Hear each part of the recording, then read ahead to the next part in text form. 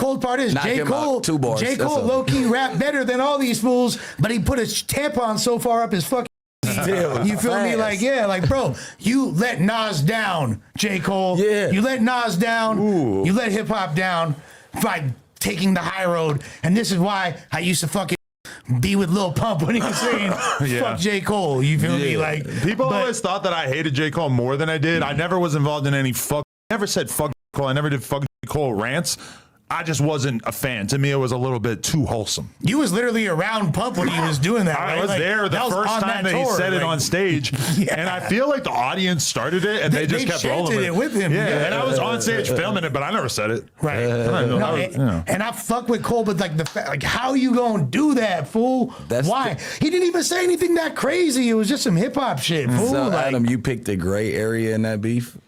In which one? With the Lil Pump shit. You like, I never said it. You know, even at that time, I mean, people give me a lot of shit for like being too involved with hanging out with these whippersnappers. But like, I even at that time, I knew what the optics would be on me as a 33-year-old dude. The big 3 for that. Being the one of like, for the damage pumped into him. No, for the fuck.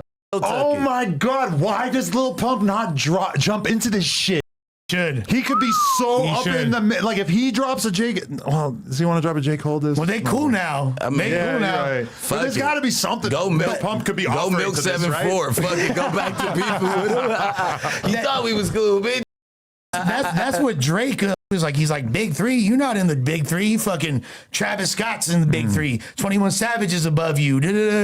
He said Sis is above you, which is an extra like.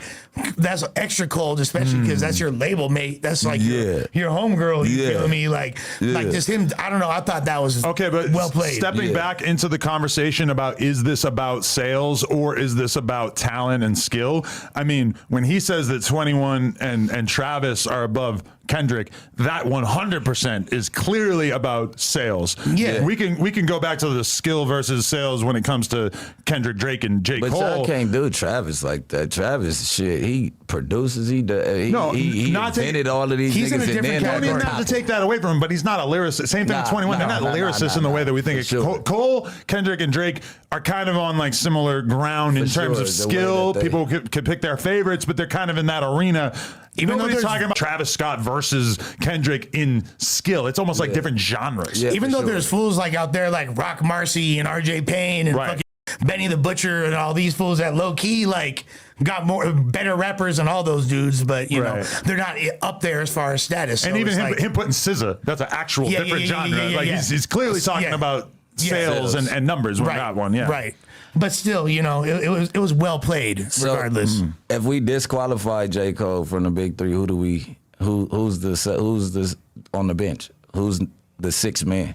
Well, even though to be the 4th man, but it's like, are we talking skills or are we talking sales? Skill. We're talking skill. We're talking the same metric. The same metric.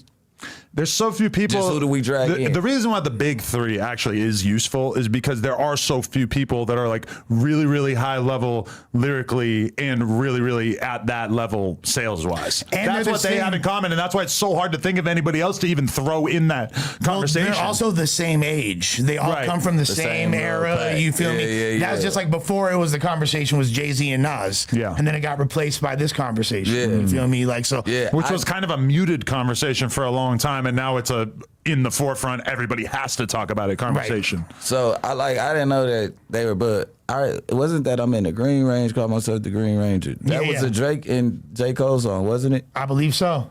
The question is, will Drake and Cole ever work together again? Yeah, that's what I'm about to say. Like, how did he even, or was he drug in strictly on big 3 conversations? It's like you get in a fight outside the club and your homie runs. Yeah. How do you ever fuck him again? You could still like him as a person, but do you really want to go to war with him? Well, Cole and Kendrick were always cooler than they were with Drake. When you know what I mean? Like, at the club, you gotta get disqualified from the. I highly recommend what's the Dirt's video about Cole versus Kendrick and the years and years of Dirt. That's my fella since Great Sliced Mozzarella. I love his videos, and I have no idea what he's cooking up right now, but he's probably got some bangers in the works. But for sure. But if you watch that video, you will walk away from it like, And I want to rewatch the Drake versus Kendrick war, that the Cold War that has been going on for all these years too, because that had like so many like weird little nuggets that nobody fucking remembers anymore that he pointed out in that shit. But leave it to a Canadian to unearth all this shit. I know, right? What if fucking Drake links up with What's the Dirt? That could be the kill shot that we all need here. That is